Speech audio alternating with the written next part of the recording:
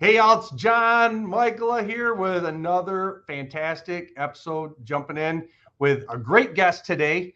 We're talking about the foundation, literally the foundation of building your dream barndominium.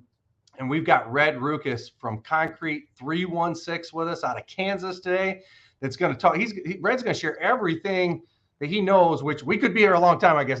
Maybe not everything, but he's going to share a lot of knowledge with us today about concrete. And welcome, Red. So honored to have you on board today. Wonderful to be here. Hey, so let's just start out. Because I said foundation. When it comes to concrete, I have seen personally firsthand. The buildings where I've seen foundations where a building is going up and the foundation's out of square. And you have forms that are poured wrong. Can you just share with our listeners, readers, viewers about where does it start, like with the site prep and kind of getting going? What's the first step on the foundation with concrete? So the first step would be, it starts with the prep. It starts with the P, and that's where I take it into the 6 P's of life and the way I do concrete. Proper planning prevents piss poor performance. So if you don't Nice. get the proper planning corrected, you're not going to perform correctly. So what we do is we get it squared from the get-go with string lines so you don't screw it up. You go and chase the string lines along the way. You don't mess your forms up. Keep them straight and tight with heavy stakes so they can't move. We always Yeah. kick them. And we kick our forms because we want to make sure that they don't move. We see the play that the stake will allow, because if you kick it a little bit, not a hard kick, you'll understand that when the concrete hits that form, how much it'll move. So you can litigate the variables of how screwed up your pour can become. So prep is key to everything when it comes to that, and the pad, building your pad up to get the proper grade and the proper compaction. Yeah. In the Barndominium community, we see a lot of DIYers. And I was on a program a couple weeks ago, and there was a builder talking about the one thing he advises you to stay away from, if anything, on a self build is concrete. What would you say? Could you elaborate on that a little bit? Like maybe some of the horror stories or things that maybe people have called you in on to fix, or it's too late. Like, how do you back that statement up, or do you disagree with it? What do you think? No, I totally agree with it because I like the fly by night guys too, because everybody says, oh, concrete's real easy. You just set up those forms, slap that mud in the ground, and finish it. Well, they don't understand concrete is a chemical compound. We've created these chemicals over the course of 100 plus years, and even from Roman eras. It was simplified in the Roman era, but today we litigate all the weather and everything that's going to be thrown on it chemical wise. So we put in different materials and different chemicals in today's world where DIYers don't understand that.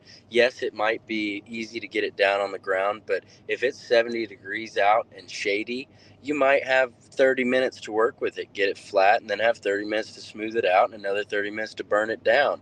But if it's 10 more degrees in the 70s and you do that same process that you do time and time again because you think it's so easy, that 10-degree difference will cut your time down to 10 minutes. You have 10 minutes to get that mud down. You have 10 minutes to finish it. You have 10 minutes to burn it. And not even that. I mean, that's just an example. That's not, Yeah. and people don't understand that the way you order the concrete too, and the way you get it on site, you can add water, you can add air, you can take away air, those things there's a lot of different things you can do. If it's cold outside, speed the drum up, get that mud hot, get it started, get the chemical reaction going. So there's a lot of things chemical wise that people just do not understand. And it took me a long time to learn it too. And over the course of the years, you have to evolve with the times because we are finding new ways in today's world to make it harder, stronger, better, last longer. You got to evolve, you got to change, you got to learn. So the way we've done it is where we're at in the United States or wherever you're at in the United States, you understand the mix that you're using and you understand the weather that you're pouring in. If you do that, then your variables of screwing up are limited. Yeah. So the key is understanding the weather, understanding the ground too, because if you have ground that will suck the moisture out of your concrete, oh boy, sure, howdy, you're in a problem. Yeah. So you got to be real careful and covering things. It's just there's a crazy amount of science that I didn't understand in rocks. Yeah. Rocks are simple. Hey, well, you mentioned technology for a second, something that kind of caught my attention not too long ago, because unlike you're in literally the trenches like every day, and I just see pictures of it, right? So, and then I've built, two houses, but, concrete and rebar that was the thing. Now you see things like, fiber mesh and how has that evolved? Like what do you like? Because again, it's unlikely because we're going all across the country that everybody be coming right to you. You won't be able to make it to like my hometown, Michigan or, Florida.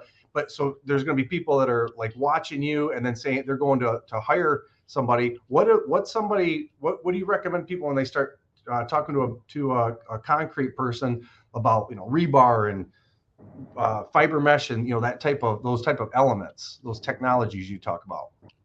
So I call those reinforcers in a way, because where you're at and what you're using your concrete for matters on what you need to reinforce it with. So when somebody is going to do something like a barndominium for something agricultural wise with heavy equipment on it, I recommend rebar. You can do wire mesh with rebar on the thickened edges, and then in places where you're going to have a high flow traffic of a lot of that hardcore heavy equipment crap out of the surface, not just the heaviness of it, just beating the heck out of it. Yeah. Those are the fibers come into play. The fibers are wonderful to keep the cream together. Yes, you have the aggregate and the concrete, but the cream and the water and the powder, that's that cream. And they hold that cream together. You want a little bit of fiber. You want a strand of steel, or you want something connecting it so that way it can stay bonded. And that's the one thing I love about the fiber is you gotta, it's wonderful, but you will have it poke up out of the surface too. So you got to understand, if it's going to be a nice finished floor, you don't want to be walking around on fibered concrete with bare feet, especially steel fiber. You will mess your feet up. Yeah. Hey, what's that? How does that interact with PEX if somebody's laying down PEX for a radiant floor? It doesn't react any way, shape, or form that's Okay. any different. It just lays up right against it. The Okay. plastic, the longevity of time doesn't erode around the steel or make it any other different way. Okay. All right. And speaking of, heat and, transfer of heat, insulation, now, like if you guys come in and if you're gonna pour the floor, how are you prepping, with vapor barriers or insulation, for whether they're doing radiant heat or not? Like, are you doing anything with a concrete slab on barndominiums? Oh yeah. We do lay some foam for insulation and thermal breaks, and then we Okay. also do a vapor barrier for moisture control. It just depends too. So when you're doing that, you got to understand your concrete's going to stay wet for a while, and the moisture and everything's going to be controlled. So we advise people to do it, yes, in a housing space, but if you have a garage, you don't have to go out into the garage. But if you want to, so be it. Keep it warm, keep it nice, keep it tight, but it is an added extra cost, and sometimes it's just to your personal preference. Yeah. I Is there is recommend it. is there a like, because again, being the layperson here, so I'm trying to think of like our, our viewers, what is like the average, and of course there are a lot of variabilities to it, but what's the average pour like thickness, because you see so many inches here, so many inches, like what do you recommend, or what do you think is typical? On a normal house slab, I recommend 5 inches. There's a lot of guys that go 4. I'll go 6 all day long for anything that I'm gonna have any traffic on. Okay. Because I love having a little bit thicker concrete. 4 inches in today's world, there's a lot of guys that don't pay attention correctly to that 4 inches. Yes, if you have 4 inches of concrete, it's wonderful and durable. But if you're not paying attention to keeping everything in your grade line flat, that 4 inches goes to 3 real quick. If you put a boot mark somewhere where it shouldn't go, your boot will sink into the sand. It'll Yeah. push a ridge. Those are things that can cause cracks, and that's like one of my quality control things. I know big companies have a lot of quality control guys walking around. Those are the little things we look out for.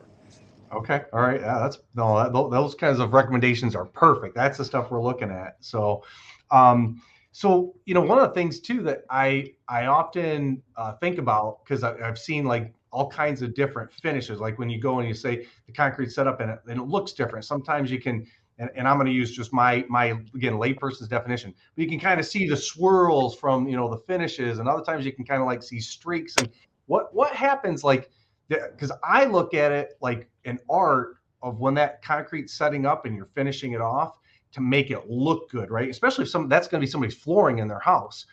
What are some of the elements, or maybe just some of the screw ups you see some of the guys that are rushing or not taking their time with, or not talented of a bad finish on concrete? So what are you asking me how to eliminate that, or are you Yeah, like what were maybe some of the causes? Yeah. rushing? That's the cause, because when you see those little wave marks, not even just a full giant, you swirl like it's all scrubbed out squirrel, Yeah. you can Right. just see the line of the end of the trowel. So Yeah. that's because they're going too fast, and when you go too fast, you come across and you point your tip down farther. So your tip goes harder as you're going faster. So if you go slow and you keep the pressure of your palm straight with your trowel, and you keep your forearms, the pressure, it's almost like something, it is an art. I don't know how to explain it to people besides, yes, the Michelangelos and the stone carvers of Roman's world are today's concrete guys. Yeah. If you don't take your time and keep the pressure correct all the way across and go slow, so that way your cream doesn't ripple either. You want to have it sealed off. It's nice and slow. And Yeah. if you do it correctly, you don't have to rush. You take your time on your swoops, and I've seen that a lot in concrete that looks good for maybe a year or two, and then after that weathering layer goes off, is what I call it, a weathering layer on that first final broom. And you could see them. You could see little ripples, and you could just tell, hey man, this guy was in a hurry and just got on. Yeah, sometimes, and I've actually seen it too, where you get like dimples and can almost see like you're saying the rock showing up. Yeah, yeah, Yep. And sometimes you can't help that because of the weather. I mean, if you have bad weather or even wind pickup and it dries the top surface and the bottom surface is too wet where you can't get out and make it perfect, it happens. And that's what sometimes homeowners, and they don't understand that it is not perfect all the time.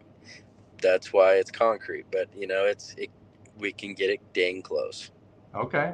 Hey, so I've got a like the hidden gem, the top secret question to ask you about this. So again, a lot of our viewers are maybe general contracting themselves, so they're trying to look for a concrete sub on their house. So here we go. The question is, how would you, if you were having to hire a concrete person, what would be the questions you ask them to try to know you're getting somebody that's good, like that somebody has like your skill level, your talent? Well,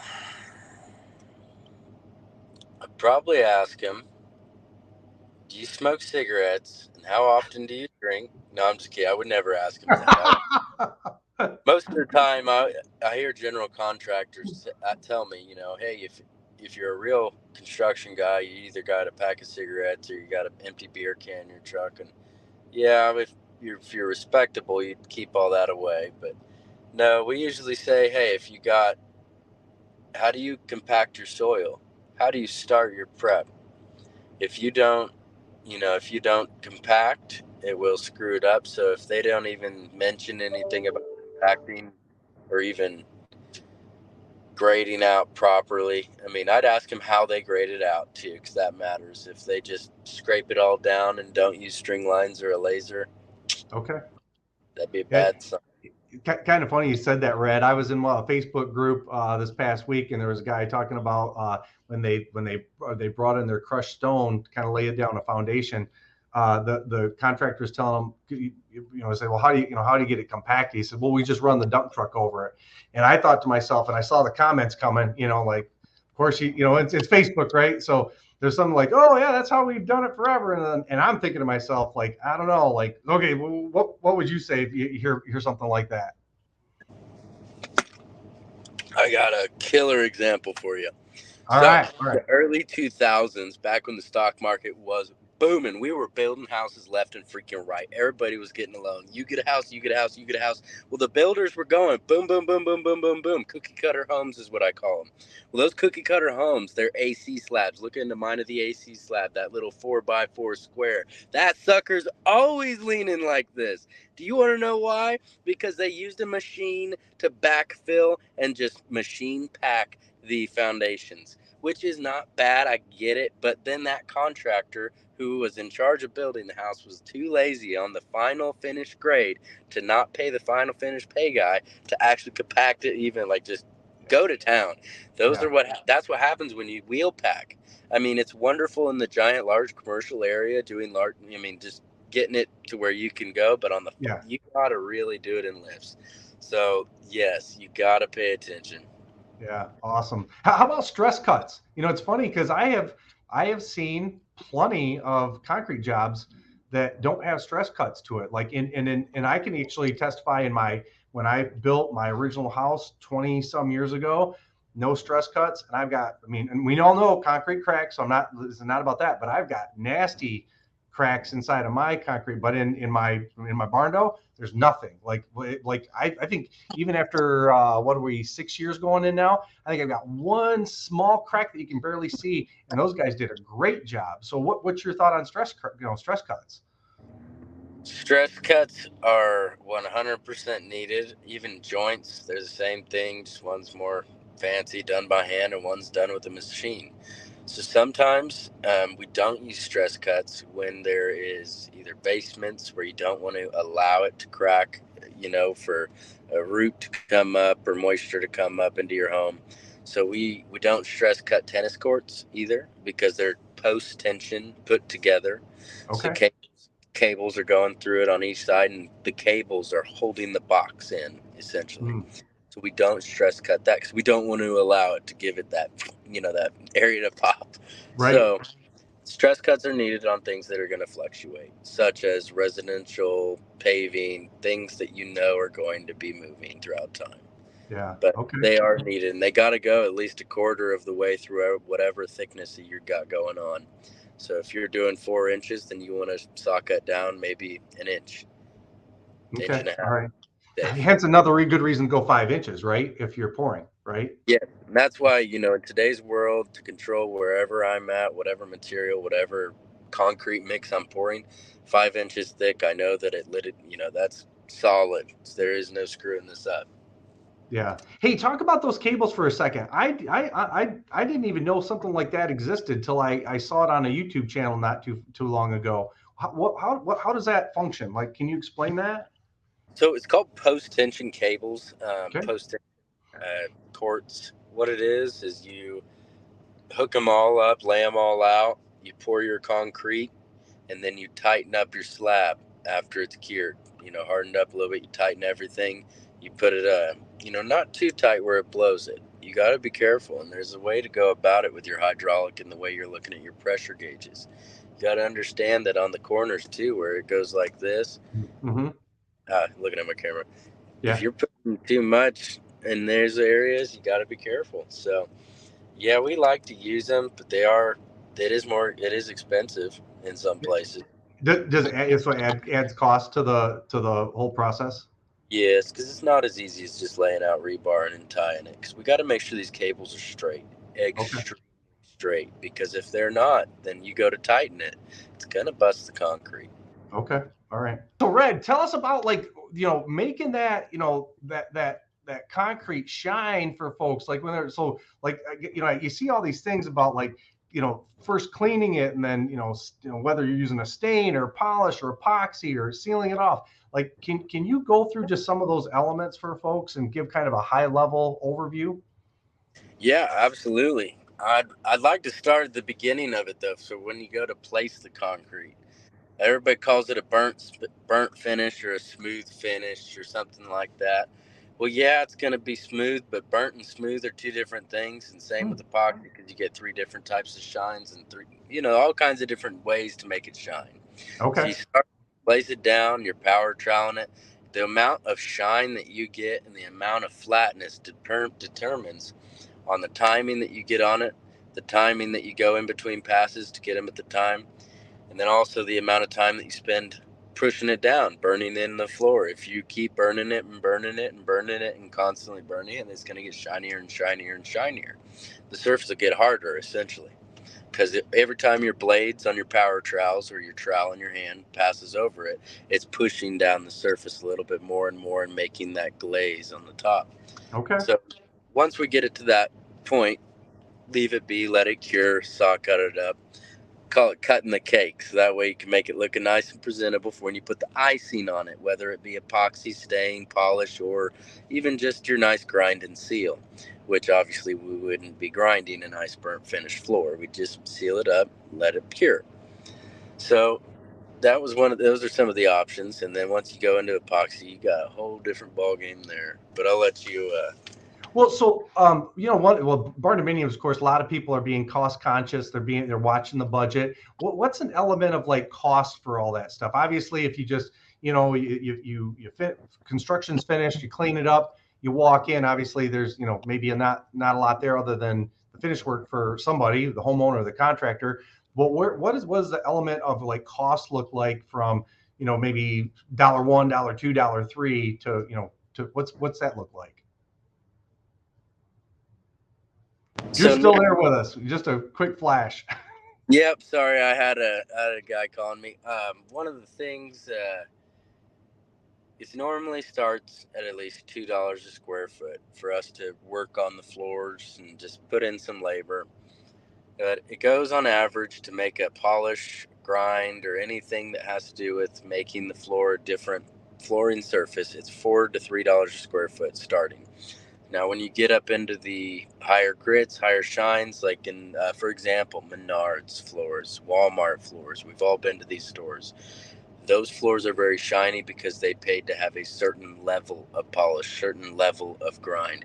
That's where the different dollar amounts come in, because it just all determines on the amount of time that you are asking us to work the floor, because it's a different type of flooring. And essentially you have your installers of tile and carpet and things like that. Well, we're just a type of flooring company in a sense. So we try to keep it on a per square foot price, but sometimes when there is leveling that needs to happen to the floor and other things to make it correct to polish and to grind flat enough, that's where other costs come in. Okay. What's more durable, like a polished floor, or if you like epoxy it? Is there a difference in durability? Not necessarily. Just epoxy is pretty durable stuff. As we all know, it is very hard to break and it is very hard to melt. I mean, same with the floor. It's about the same. It's just on longevity of protection. Covering a concrete floor in epoxy right off the bat does help.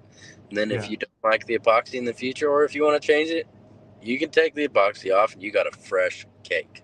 So do with whatever you want, whether it be grinding it up, cutting it into something decorative, and staining it. It's up to you. Now, as far as the timing goes, when are you doing that? Like, is that one of the last steps that you're moving in after paint and cabinets are set, trim work, all that kind of stuff? Is it one of the very last things? Where is it at inside of our process? It is close to one of the very last things. Yes, we try to be the last people in there, so that way none other contractor screws up our beautiful artwork or our beautiful floor. I say that with respect, because most of the time when a contractor screws up our concrete, we are not respectful. So with that being said, yes, we talk to customers to understand that, yes, after the cabinet guys are in, or even your final trim guys, sometimes it is best to get in before them, because we can do concrete on anything, on a lot of things with our industry, not just Barndominiums. So when you're in your Barndominiums, yes, we want to do our concrete before you get your final trim in there, of course, so that way we don't mess anything up of theirs either. Okay. All right. So again, Barndominiums, in the community, there's a lot of DIYers. A lot of folks are trying to, watch their budget, pay attention to costs. Is there a level that somebody, could get away with doing it themselves? Maybe it's a sealant, or, at a certain level. I know they've got, the kits at whatever Lowe's or Home Depot you can walk into, and it's got the paint and the epoxy with the chips and all this kind of stuff. Where's something that you feel, because I've seen those too, but where do you feel like, okay, you're safe at this level with DIY, but if you do this, you recommend a professional? What's your thoughts on that? Anything epoxy, I recommend a professional, unless you have studied that company who's supplying your epoxy. You understand their warranties, you understand their chemicals, you understand their products, the way they're going to react. So I would say DIYers, homeowners, any just regular Joe can handle sealing, because in all honesty, it has to do with pressure washing the old sealer off, cleaning the surface. That's key. You will understand how to pressure wash the sealer off correctly over time, doing it enough times over and over. So if you are a DIYer, if you're doing little by little at a time, by the end of what you're doing little by little, you've gotten really good at that. So you know how to do it. So that's why I say you just pressure wash it off. I'd say seal it up, and then just understand that your Home Depot and Lowe's, probably their products aren't going to last as good as the products the contractors can get through private companies. Sure. Yeah, that makes a ton of sense. Hey, Red, what about, as we kind of wrap up, because I want to be so respectful of your time. You're always so gracious in sharing with us. If you had one big takeaway on finishing off concrete flooring for people that are watching, what's the one big thing you would tell them about like the finished product? What would I tell them about the finished product? It's gonna crack. All right. Don't freak Right. out. But it's you could be a concrete guy without saying that, right? Yeah, no, I had to, because telling your clients your expectations right off the bat is key too, because assumptions and expectations are two different things when it comes to client contractor relationships. And if you want to have a really good relationship with a 20-year repeat client, you stay straight with them. Same with everybody. You stay straight with the way you do business. I would, I don't even know what question you just asked me. I just got hyped up about the whole being on top, because relationships is key. Being honest with people is key, not just the craft and the way you do your work. Working on the business and in the business are two different things. Right. Well, and that's, but to the point of like what we're trying to do is have folks like you where it's integrity based, right? Like you just can't get away from integrity. So because integrity works out of our character, but also in the structure of our homes and concrete and everything else, right? So, but my question is there one big takeaway that somebody should have on concrete? And at any point, like what's your one big takeaway on concrete? It'll make a man out of you. It's a rough sport. It's a rough job, but the final product is amazing to feel back, like step back and look at.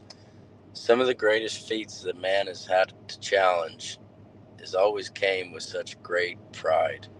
I mean, if you're going to be a DIYer or even just a guy who wants to do his own concrete, it is the best feeling to take away in the end. Because you look at that concrete, because it's going to outlast you, I guarantee it. And you can point at people and say, I did that. Yeah. Good point. Well, Red, thanks again for being with us. It's always a pleasure. Look forward to having you on future episodes of our podcasts, our YouTube channels, our site as a expert panelist. We appreciate you so much, and hope you have a great day. Thanks, Red. Absolutely.